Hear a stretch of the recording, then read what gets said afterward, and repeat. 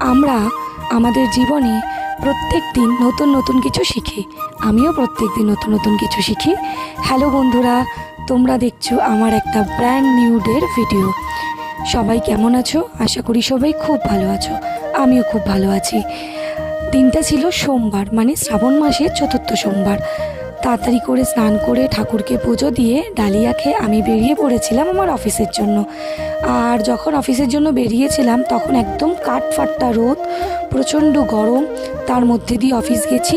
আর তোমরা সবাই জানো যে এখন প্রচুর তারকেশ্বর যাত্রী যারা ভোলে বাবার কাছে যাচ্ছে, তার জন্য ট্রেন, বাস, মেট্রো স্টেশন সব জায়গায় প্রায় ভর্তিই থাকছে।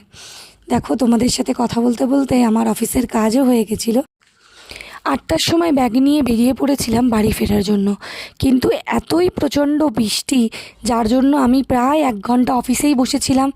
কিছু কাজ ছিল সেগুলোও করে নিচ্ছিলাম। তারপর দেখলাম না, আর ওয়েট করলে আমি বাড়ি পৌঁছাতে পারবো না।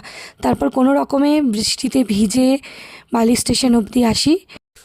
তারপর ট্রেন ধরে চলে আসি আমার বাড়ির ঠিকানায়। আজকের জন্য এইটুকুই, টাটা। আমার ভিডিও যদি তোমাদের ভালো থাকে তাহলে অবশ্যই আমার পেজটা ফলো করে দিও। আজকের জন্য এইটুকুই, টাটা। দেখা হচ্ছে নতুন একটা ভিডিওয়।